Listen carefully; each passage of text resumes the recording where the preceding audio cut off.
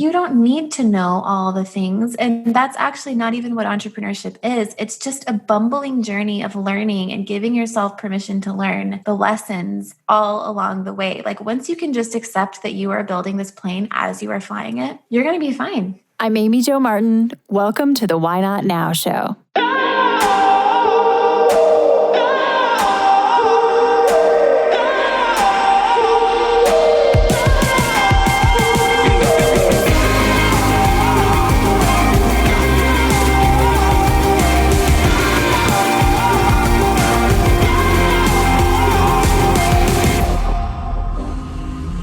You know that thing you've been thinking about doing? Yeah, that one. Why not now?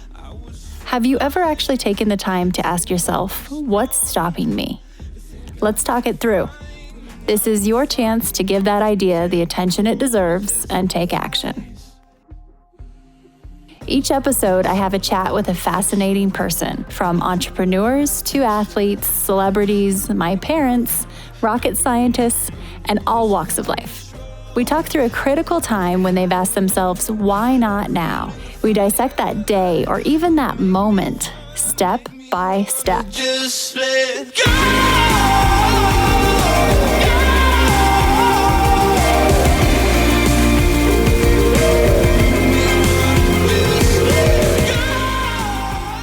We have Jules Webber on the show today. You're not going to believe this, but within 1 year, Jules had a baby, moved cities, got divorced, started a company, and that company generated 6 figures. Jules had never been the financial provider in her household, and with these huge shifts, everything looked different. She set a goal of just making enough money to pay the bills for 1 month. She blew her goal out of the water and really surprised herself. So how did she do this? And what does Jules do, right? She is a life coach, and she has used social media to generate revenue. In this episode, we talk through exactly how she's doing that step by step. We talk about the challenges that she's faced, as well as what she's done to overcome them, and some of the specific methods and things she did to really own her voice online in order to make connections that convert. Jules is one of my Star Renegade students, and I just know that her story has so much value in it, from not only being inspiring and motivating, but also the literal things, the very first step she took in a situation that she never imagined she'd be in. So enjoy. How we spend our days is how we spend our lives. For me, being able to design my own day is a non-negotiable. As many of you know, I'm a bit of a time management nerd. So when I find something that allows me to be more efficient and more effective, I want to share it with everyone. So here's the scoop. I have a new tool in my productivity tool belt, and I'm a bit obsessed. It's monday.com. My team and I have never felt more organized, and I have a new sense of perceived control. My to-do list is no longer the boss of me. I feel more in control because every project, initiative, date, and task is captured and organized in one place. And my team is in the loop and involved every step of the way. With monday.com, it's like I have a brand new operating system. There's no long list, and everything has its own home, its own deadline, its own team member that's assigned and associated, and it's color coordinated. We all have multifaceted jobs and businesses. There are many components to my business, and each and every one of them has its own compartment. Each division is always one click away. For example, my team and I have a dedicated board for this very podcast. Did you know there are 28 steps involved in getting one podcast to air? It's the same exact process every time. And it's a system. We have the various key steps mapped out as micro tasks. And this allows for my team and I to stay in lockstep every step of the way. With monday.com, I can zoom out and see the big picture, a roadmap view from 30,000 feet. And a moment later, I can zoom in and focus on a specific micro task within a project, within a division of the company. I could go on and on about the features that Monday.com offers, one of which is I've built my social media content calendar inside of Monday.com. I finally have one that I actually use, that I like, and it's embedded into my overall Google Calendar. Another feature that I love is the Google Doc integration. You know I love a good spreadsheet. I can pull them into Monday.com and edit them right there versus having 97 tabs open on my computer. If how we spend our days is how we spend our lives, then I can't think of anything more important than using the time in our days wisely. Head to Monday.com if you want a free trial. And let me know on social media how it goes for you. Shoot me a DM. We can swap tips and tricks.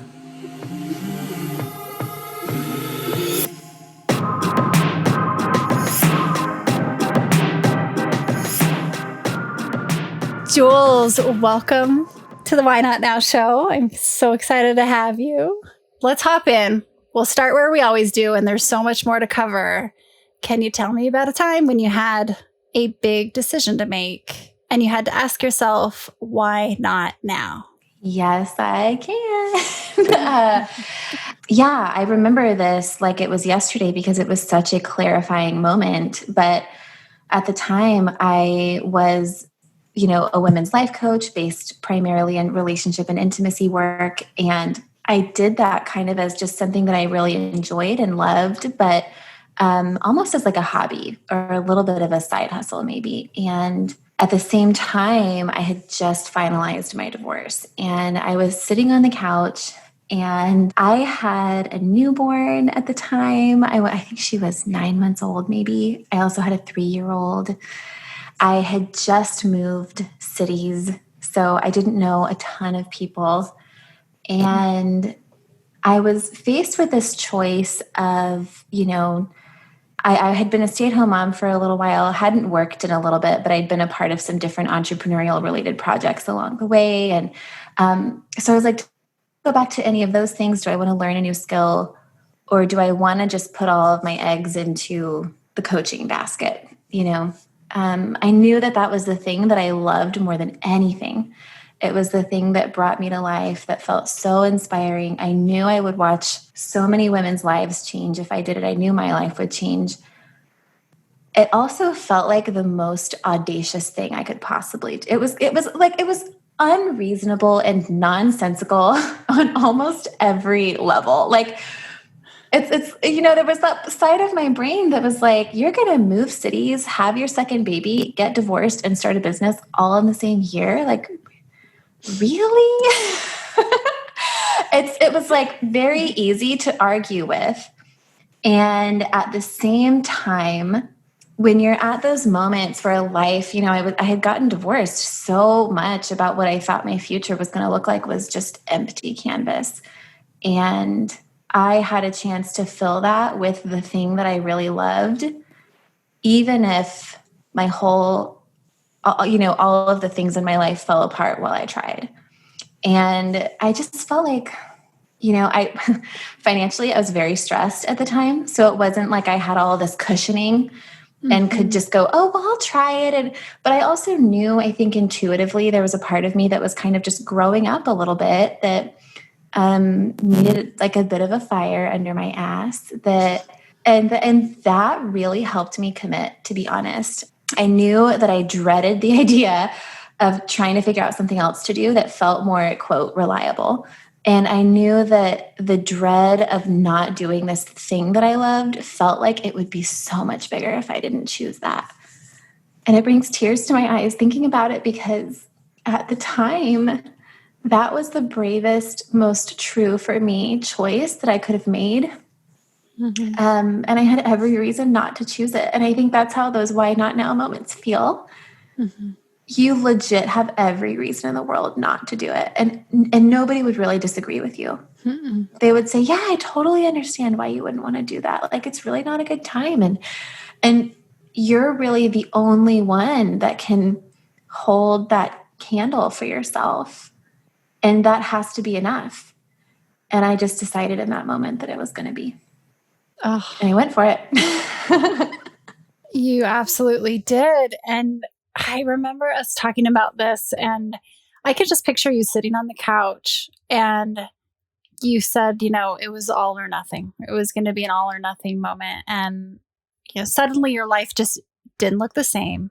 And you wanted to provide for yourself and your daughters. And you had various options, and you chose the one most true to you, but you also chose the one that was likely the scariest, riskiest, felt the riskiest, felt, like nobody would understand why you were doing this, why you wouldn't take the different route. So you put all your eggs into this basket, you lit a fire under your ass. It was kind of already lit, right? Like you knew you needed to do something. What was that very first goal? Like what did you map out?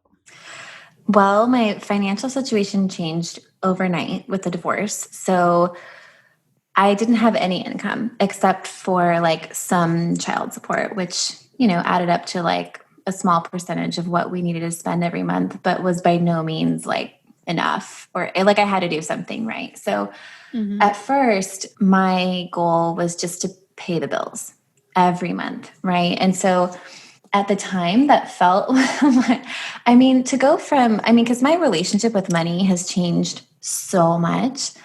I, got married when I was 22, and for most of my 20s, saw my husband as like the main financial provider. So even when I did make money, it kind of went through him. He invested things. I just like spent money on the credit card, and I never had my own specific relationship with money myself. And so even just learning to self as capable of making however much money I want just felt equally audacious as putting all my eggs in this career basket right off the bat. And so at first the goal was just to do what I have to. That was really it. It was like, just pay the bills next month. Let's check these boxes. The bare minimum. Yeah. Just like, buy groceries. And also like a huge important part of that for me as well was I knew even then, just looking at the nature of my life, I suddenly had like 80% custody of these two babies, and they have a very involved dad, but just you have to have them a lot more when they're that small as their mom. And so I just knew that if I didn't take really good care of myself, I would just be buried in stress. And so part of that, I think so much of the instinct a lot of us have when things feel financially tight or when we've got a business on the line and we're really trying to grow it, we neglect ourselves and our own self-care so much. And so I really had to bake my self-care into my life from the beginning, and choose to like keep the gym membership and go see my friends and make fun plans and make sure that I was still living a well-rounded life, even though I had this goal that would like had to happen and it felt kind of stressful. That was a choice that I made as an entrepreneur from the beginning, that if I die, so will all of this. And that's really not okay because I have kids, And so that was kind of lumped in there too. So it was like pay the bills, but also not just the bare minimum. Like I need a little bit extra because my self-care isn't extra. It's absolutely necessary. It's not an indulgence. My self-care is not an extra. I love that. That's like write that one down. It's so true. It's strategic. Like that's business strategy too. That's not just like a nice to have. That's really smart. So this entrepreneurial path, it's new. Your world has shifted upside down, and this is a path you had never been on before. And so your sense of stability was different. You move forward, you set a goal, and it's funny how you had this weight on your shoulders, right? And you set this goal, and it was a financial one to begin with, right? Like, because you needed to generate revenue. And I know we had met prior to this, but we hadn't started working together yet. And I've seen you along this route and witnessed your journey from like exchanging voice notes, and we're like in your tears at at that moment, all the way to, hey, I just made 6 figures. So fill us in on what happened step by step, because you're sitting on the couch, you set a goal. Then what? I mean, you started up leveling your self-worth too, right? Like your revenue focus goals were not out of, they were still in alignment with what you were doing. I think that's the key. For sure. Yeah. So my goal that first month was just pay the bills. And I actually ended up making twice the amount that I was aiming for in the first month. And then And how did you do that? I actually, you know what? I didn't even realize I had done it at the time. It wasn't until I looked back that I saw how much money I was really making.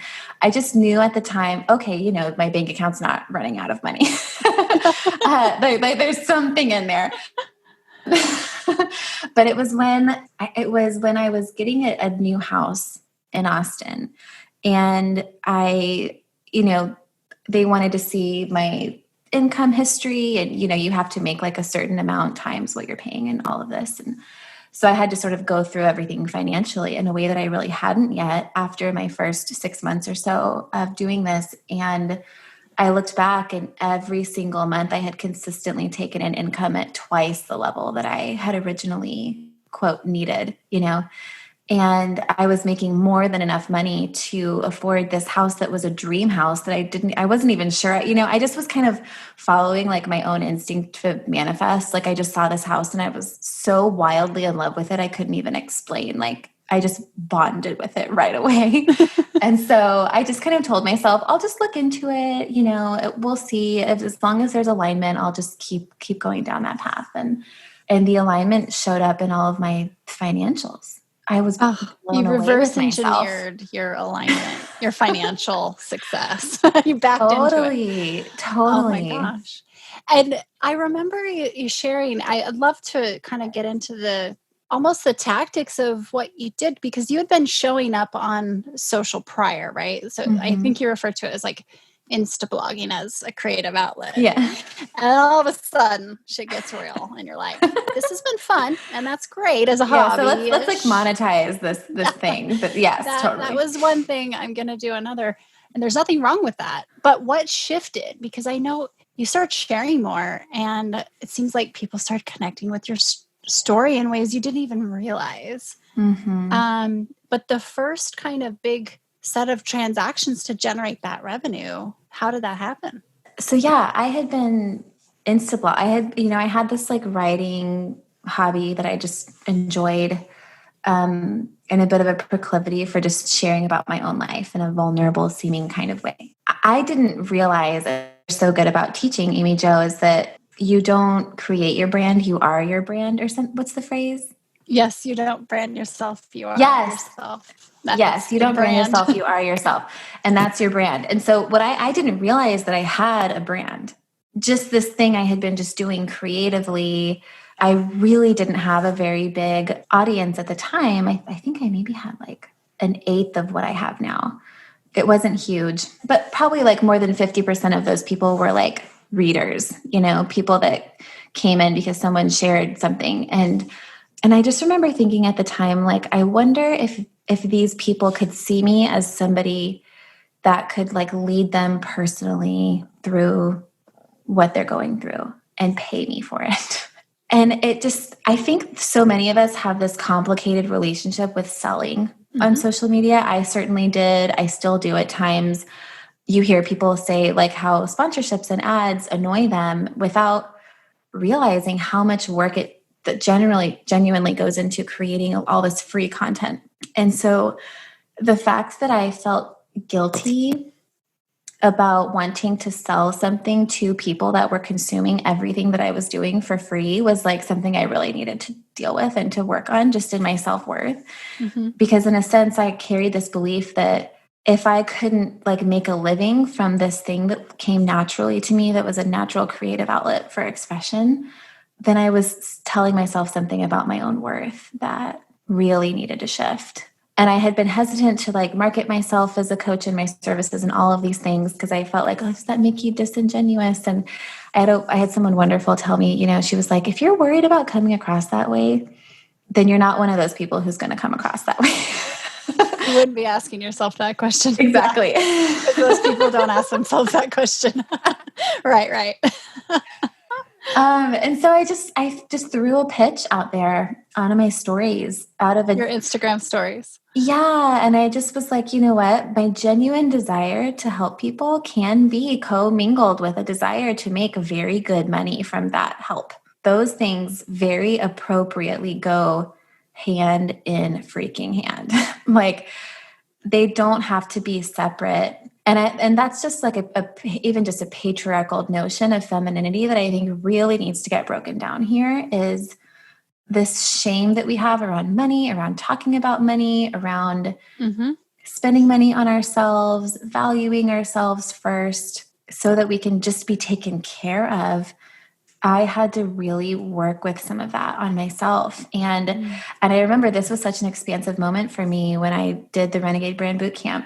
I share this moment all the time because I think we all need moments like this, but I really did not know at the time how to think like an entrepreneur in an expansive way. And that group and being connected with these women, with you, oh my God, really expanded my idea of what I needed to believe was possible for me. And so I remember we were all at Susie Batista's house for our little weekend together. What a magical weekend. I just want to recreate that weekend all the time. And we were kind of going around the circle, but he was telling, their financial goals, their sales goals, whatever it was, all these women. I mean, I had never been in a group where women just talk openly about the money they want to make, about the change they want to see, about the brand they want to build, about all of that. And one of them, Ksenia, she said, I want to book $50,000 of speaking engagements, like in the next, 3 months.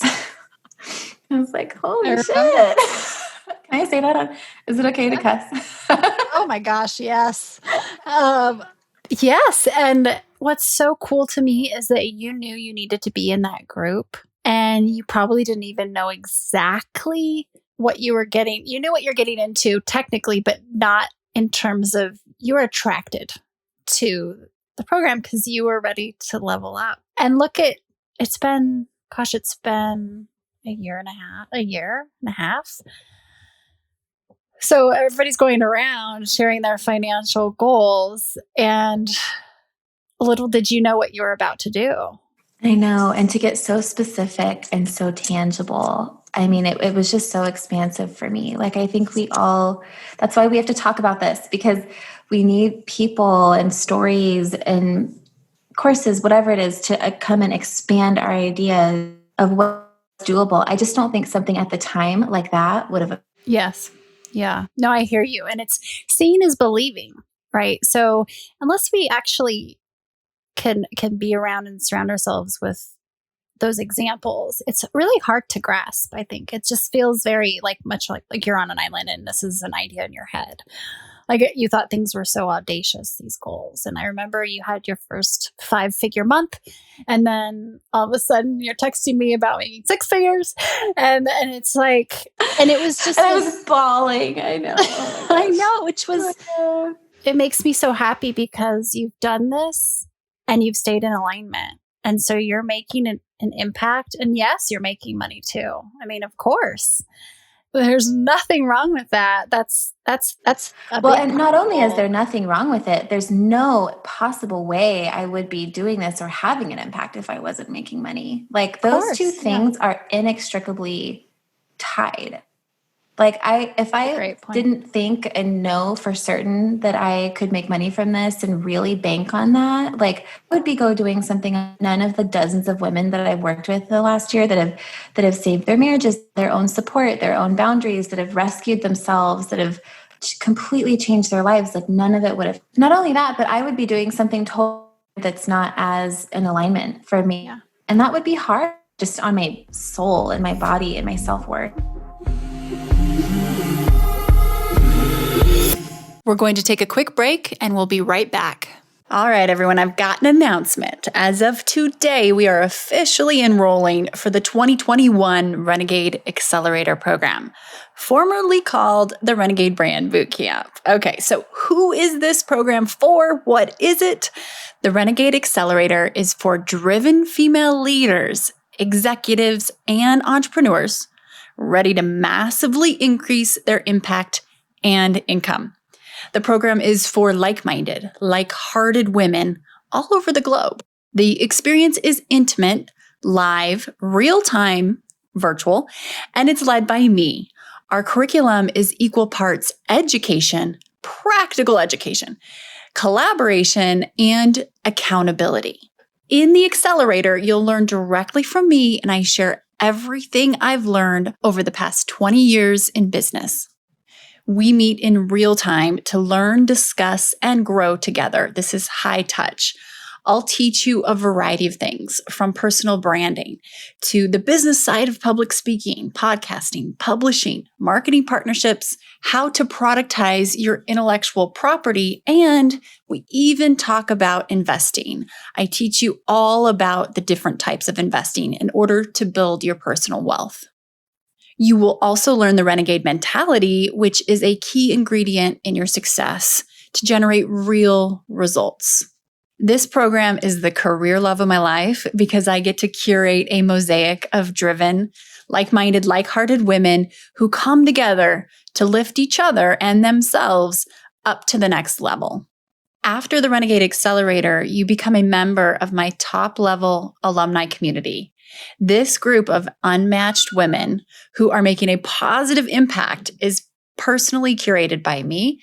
The relationship building and networking opportunities are endless, and this collective of real, valuable connections will be something that you have forever. If you're at the point where you are ready to take action and accelerate, head to renegadeaccelerator.com. You can sign up for more information where I will guide you in determining if the program and the timing is right for you. If not you, then who? And if not now, then when? Why not now? Head to renegadeaccelerator.com. It's so fascinating because I see sometimes this arc and this, you are humanizing yourself before you realized it, but then the whole concept of, I could actually monetize my value here. Like there's value exchange. It's not just about always giving away everything for free. Of course, you have to establish a lot of value that you offer. And then eventually there's a two-way street in that value exchange, especially with social. But I think what I've seen happen so many times, and I know you can speak to this, Jules, is, okay, you're off to the races.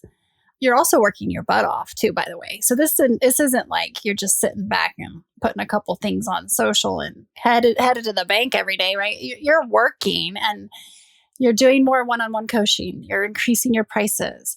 Then all of a sudden it's like, I don't necessarily want to trade time for dollars as much anymore. You start group programming. That starts building more. And you're on this momentum is taking off. You're still a mom of two. You're now in a pandemic. You still have, 24 hours in a day. And things continue to get bigger and bigger. And I'd love to kind of fast forward and have you share some of the things you've learned about how you're making some adjustments. I mean, you could call it pivot, but really it's just called business growth. I mean, you're going through, this is the entrepreneurial path because we have to prove to ourselves and that value and believe in ourselves enough for that self-worth to turn into the dollars, not just followers, dollars. And then we realize, I think there's some tweaks I can make to do this more efficiently. It wasn't like you just tried to scale yourself right out of the gate. First, you needed a proof of concept, right? And you proved to yourself you could do it. So do you want to talk a little bit about that, like this corner you're turning that sometimes feels a little Bambi legs-ish? And it's like, hold on. It does. I think that's one thing we don't really give ourselves permission to celebrate our success as entrepreneurs until the Bambi legs go away, but they don't really ever. Exactly. Because another set of Bambi legs are right around the corner when you level up again. And you're like, shoot, I should have. enjoyed that view a little more. Yeah. I know. And I think that's why I completely missed so much of my financial success and didn't realize how quickly I was meeting my goals because I was Bambi legs the whole time doing it. Sure. Yeah. But yeah, it's so with as far as business pivots and all of that, one thing that I've just been like beyond the moon grateful for, and you have really helped me see so much of the not only financial but just personal value and having a personal brand, especially one that people really connect with, that you're willing to be authentic with, which is why they're willing to connect with it. It gives me so much flexibility, just so much. Ooh, let's talk about that. In what ways? Yeah. So I had one type of business before this pandemic, and I sort of have a different type of business now. Gosh, the pandemic was just so hard on so many of us. Just for me as a single mom, I lost almost all of my support system and the things that I was doing to take care of myself, and suddenly had these two kids home all of the time. And I had to hire, one of the unemployed teachers from their school to come and nanny for us privately. And that just cost a lot more money just for me to be able to keep working. And so during that time, I had actually expected much of this year to be traveling, to be speaking, to be really growing my brand that way, doing events, retreats, all of that type of thing. I love coaching women one-to-one. I truly believe I will do it forever. But this past year, I really saw the limits of that in terms of how much time I can trade for money. And I hit a plateau in terms of the money that I can make. And so I also, it's expensive to work with me one-to-one. And so one thing that's been important to me has been wanting to create things that can make the work that I do more accessible to more women. And so one thing that this pandemic allowed me to do, which I was so thankful for the nature of my business because I do my coaching online. But then I also had this brand that while I was going to go in one direction with speaking and engagements and retreats and things like that, I was able to use it to monetize a totally different revenue stream instead when the pandemic happened. And so I've actually created 3 courses since the pandemic started. And 3 courses. Yeah. Well, one of them is like a more major course, and then 2 of them are kind of like mini courses, just so that the work is accessible at, almost all levels. But and if people want to find out more, because they will, your where should they go about these courses? Well, you can always find everything you need at my Instagram. If you're just on Instagram anyway, there's a link in my bio for everything. So it's at jules.webber. And then my website is juleswebber.com. And so you can shop there, find everything there. The courses and all of in the show notes too for everyone, okay, but just for the inquiring minds, because I think I'm always trying to level up in the relationship area. No, totally. During these times, honestly. And especially being like such driven modern women, it's like we're so goal oriented. We work a ton. We work so hard because we do care about what we're called to and what we're passionate about. But then also in the more modern sense, we're also wearing like a dozen different hats every day as moms, as, wives and partners and friends and business leaders. And, there's just so much going on. And so the courses are really meant to help women like that reconnect with the inspired part of themselves that just knows how to sort of lean back into ease and away from that drive a little bit, just so that you can kind of rest in love again. And trust yourself in the midst of all of it. Because I think it can be hard on some of our relationships. And so those are focused on like refilling up that well in the ways that only you can. So we're not like, our relationships aren't getting so drained as we're going about all of this, all these wonderful, wonderful things that we're doing.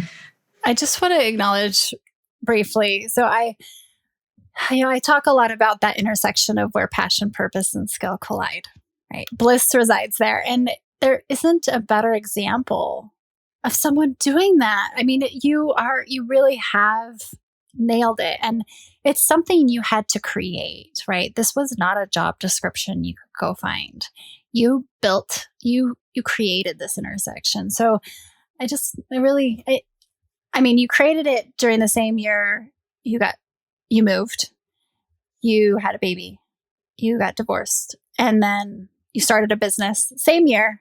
And right around that corner was this thing called COVID. So it's like, yeah, this is just a perfect storm of awesomeness that you've been able to do. So that's just incredible for people who are listening. Like, if you remember, we started the top of this show and Jules was sitting on her couch, right? And wondering, what am I going to do? I need to figure this out. You just had finalized your divorce and you had never been the financial provider before. And so I just want to bring that full circle real quick because it is. Yeah. Cause 8 months after that, why not now moment, COVID happened. Yeah. Which, yeah. Dear God, that was. So I didn't mean to take us off track, but here you are scaling. You're finding ways to productize your intellectual property, which is something I talk and teach a lot about. And it's just such a natural path for entrepreneurs, especially with personal brands who start in that one-on-one coaching, and then they move into the next layer and the next layer. And now you're finding ways to scale your value in terms of offer your value at times and places that you are not present there physically live. And I know we were talking the other day and before, it can feel jolty, right? Like there's these bouts of burnout that can happen at the peaks of each one. And then we realize, oh, okay, it's time to grow again. It's time to shift this up. And so do you want to talk a little bit about kind of what that's felt like for you? And just if you knew then what you know now, what to look out for, you know? I've heard burnout described as, the moment when you hate the thing that you love. Oh, that's so good. You know what that's like. Never heard that before, but I know exactly. We all know. So that's where I got this year. I was like, I can't coach another person, even though I know I love this. And so I really had to make some changes. And I don't think that was a result of the coaching itself being too much, but I got to burn out, after my kids had home 100% of the time for almost 4 months. And there was just a lot grating on my nervous system all hours of the day. So it really had more to do with my body and not feeling permission to really slow down for myself and getting really caught up in the hustle. I loved coaching, but couldn't give the best of myself to it. And I think when we hit those moments too, like whether it's burnout or something doesn't go the way that we thought it would, I didn't realize this until this was a piece of wisdom that I was just so thankful to have received really early on in the journey. I mean, so much of it was from Renegade Brand Bootcamp, but then one an entrepreneur you've interviewed before, Kenny Tomlin, said to me was, he just kind of gave me a picture of in a conversation, sometimes I run my business and it feels the way you feel when you've been married for a long time. It's like some days you wake up so grateful that you wake up every morning next to this person, and other days you wake up and you just need all the space that you can get and you don't want to see that person. And that your relationship can fall everywhere in between those two spaces. And I had actually, and this is so funny because that reframe has been so helpful for me ever since, especially as someone that sees the world and almost everything that I do through a lens of relationship. Those difficult feelings that we have, I think if you're not prepared for them, especially if you've never been on the entrepreneurial path, can feel like it means that you're doing something wrong because those feelings are there. Like, oh, I feel discouraged right now. That must mean I did something wrong, or I shouldn't have gone all in on this. Or engagement on social media isn't where I want to be. That must be I'm not doing it right, or must mean I'm not doing it right. We have these like invisible metrics for ourselves that we don't realize are there, where it's like we're only giving ourselves permission to feel feelings of success all the time. And if we don't, it means we're doing a shitty job.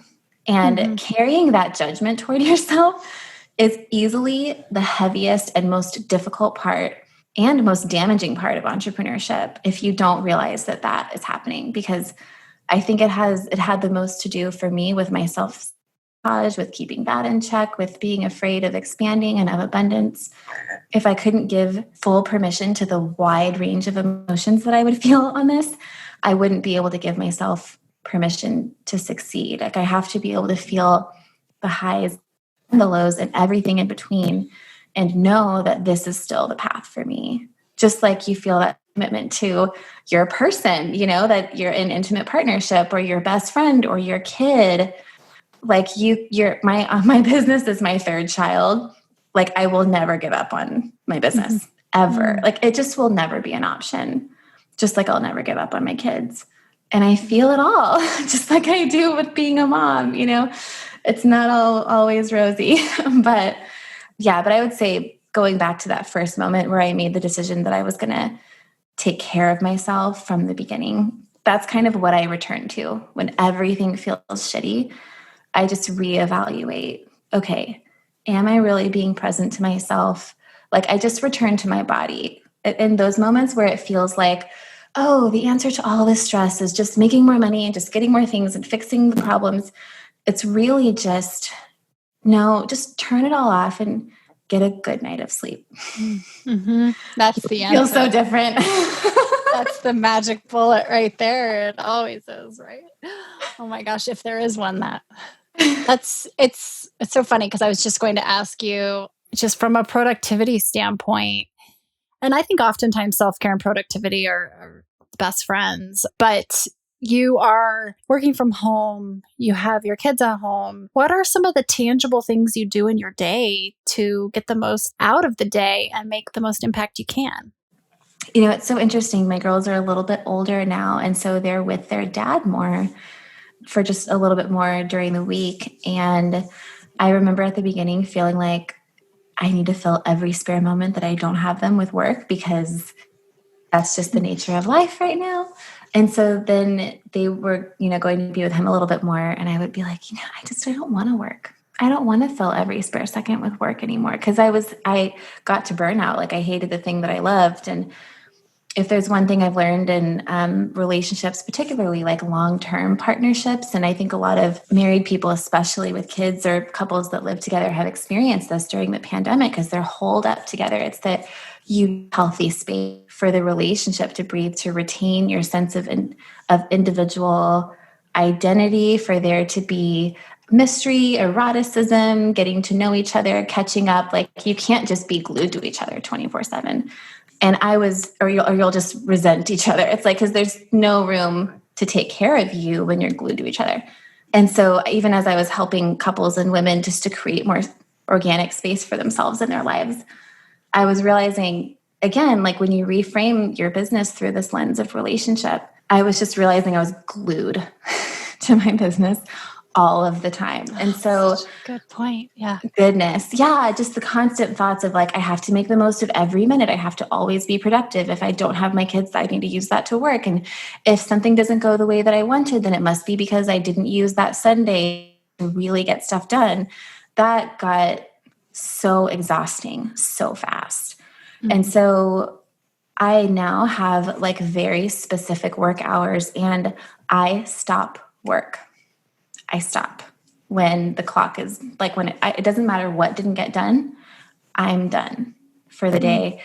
And having that boundary, even like, because I think I said something, what was it? I can't remember it, but it was like the other day I had unintentionally scheduled into my calendar, like an extraordinarily long work day. It was like I had an evening event, I had a podcast interview, I had some content video I needed to create, something. And I was exhausted the entire day and didn't realize that it was just because I had this expectation of myself that I was literally going to wake up at like 5 a.m. and keep working until 9 p.m. and use every second of that time to be productive and to produce. And it was just so exhausting. Like I couldn't, that's a ridiculous work day. Like I can't enjoy myself and my work and stay inspired when I'm working like that. And it's so inefficient actually, right? If you get the rest we need and focus in shorter sprints, we can actually get more done per For sure. minute if you actually calculate it out. It's so true, but we tend to think the volume of time equals the volume of work, and that doesn't. Yeah, it really doesn't. I actually made a choice that sounded really unreasonable, but like I only work 4 days a week. Why? I mean, why not? That's it. Yeah. Like whatever gets done in About 4 days. flexibility. Mm-hmm. I know. And that allows me to like be a stay-at-home mom with my kids 1 day a week. And then their dad does the same thing. So he gets 1 day at home with them every week. And then he works the other 4 days. And I don't work on weekends unless, for some reason, it's like a project I feel inspired to do or I need to use that time. Mm-hmm. But keeping it contained helps me stay in love with it. It really does. Ooh, I love that. And I know you've implemented more systems and procedures, and that's something we focused a lot on with your fellow renegades. And just, I'm a strong believer in that because you can work smarter, not harder in a lot of cases. And these aren't huge overhauls necessarily. They're putting things in place and putting the right workflow and delegating where you can. And so I just really appreciate your desire to be more efficient and outsource what you can as well. Because you get to that point where you can afford to stay in your genius even more. And okay, so to kind of wrap up in this final question, here you are, you're sitting on the couch. This was pre any like success that you've recently witnessed and experienced. What would you say to Jules in that moment if you could go back and talk to her? She obviously did not need my advice because she went for it and she did very well. That's awesome. I would go back though. The only thing I have to say to her now is thank you. Your future self is about to thank you. Yeah, because truthfully, like in that moment, she was thinking of me. Like everything that she did, like, oh, I'm crying now. As scared as she was, like following that little thread of truth that she was still learning how to find, what she chose is how I'm okay right now. It's how like COVID happened and I was able to make it work, it's how I'm so fucking happy and confident. That moment that we wait for where it's like, okay, now I'm ready because now I know everything there is to like, it's not going to come. Mm-hmm. And you don't need to know all the things. And that's actually not even what entrepreneurship is. It's just a bumbling journey of learning and giving yourself permission to learn the lessons all along the way. Like once you can just accept that you are building this plane as you are flying it, you're going to be fine. You're just willing to let it be that instead of this like need that we're all conditioned with from a young age, which is like go to school, get your 5 degrees, do your apprenticeships or whatever, get prepared, spend your whole life preparing to finally be able to do something. Actually, no, just go back to that time that you were a kid and you knew what play was and you down and learned how to walk. Like you've already learned everything you needed when you were like not even 5 years old. It's like I'm over here in tears because you have allowed me to live in that intersection. Like I am, this, even bearing witness to your journey and being a guide along the way wherever I could has been such an honor because I've gotten to see and witness what you've seen and what you've experienced. I feel like I've gotten to feel it, and it's a gift. It's a really, really big gift as someone who reached that burnout at one point, who despised what she was addicted to, right? Like talk about when you hate the thing you love.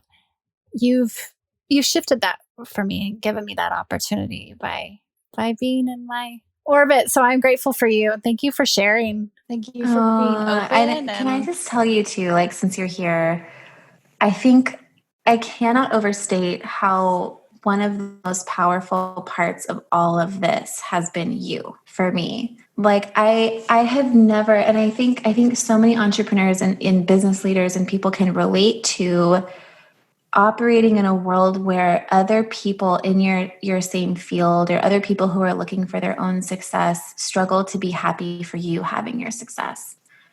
And with so many women have said this to me about you. Like, this is the talk that happens about you when you're not around.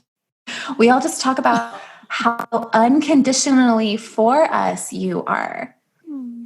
Like, that's what you put in the world. And that's literally the one thing that women need, to be able to keep expanding, to do the things that we want, to believe in ourselves. Like, you've done that. Like, there's nothing more healing about any of this for me than experiencing other women be truly supportive of me and excited for me. And you were one of those people that I texted at every milestone, like this, because you were going to be so unconditionally happy. And I love, like, oh my God, like, I literally can tell you, look at you right now and tell you, like, I wouldn't have done anything that I did this past year without you. Well, we need each other, right? Yeah. And that's, it lights me up to hear that. And I feel almost like I'm blushing in a way, but also very, I'm like receiving this, because if you're listening right now, you do need those people around you, right? And it's equal value exchange. You've done the same thing for me. So step one is finding those people half the time who are going to protect your idea and support it and not shoot it down before it even sprouts, help you water it and cheer you on and figure out all the things, because then you're not alone. And many hands make light work. So, oh my gosh. It's a love fest now, folks. We're full on. If you're still with us, thank you for sticking around. No, but it is true. It actually is everything. So you surround yourself. If you can be unapologetically true to yourself, your tribe will find you. Your renegades will find you. And I'm grateful for you, Jules.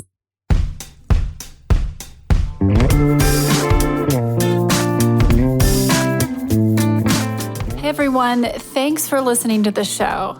Hit me up on social media to let me know what you think. I'm at Amy Jo Martin on Twitter, Facebook, Instagram, and LinkedIn. And I want to hear your Why Not Now moments so I can share them on the show. Just send me a note to whynotnow@amyjomartin.com. For show notes and other offers, you can visit amyjomartin.com/whynotnow. And while you're there, don't forget to sign up for my email newsletter for exclusive content and announcements. A big thanks to Rock Salt Music for all of the tunes by the talented John Coggins. And of course, a hat tip to Richard Brewer for editing and producing the show. I'll see you next time. And until then, why not now?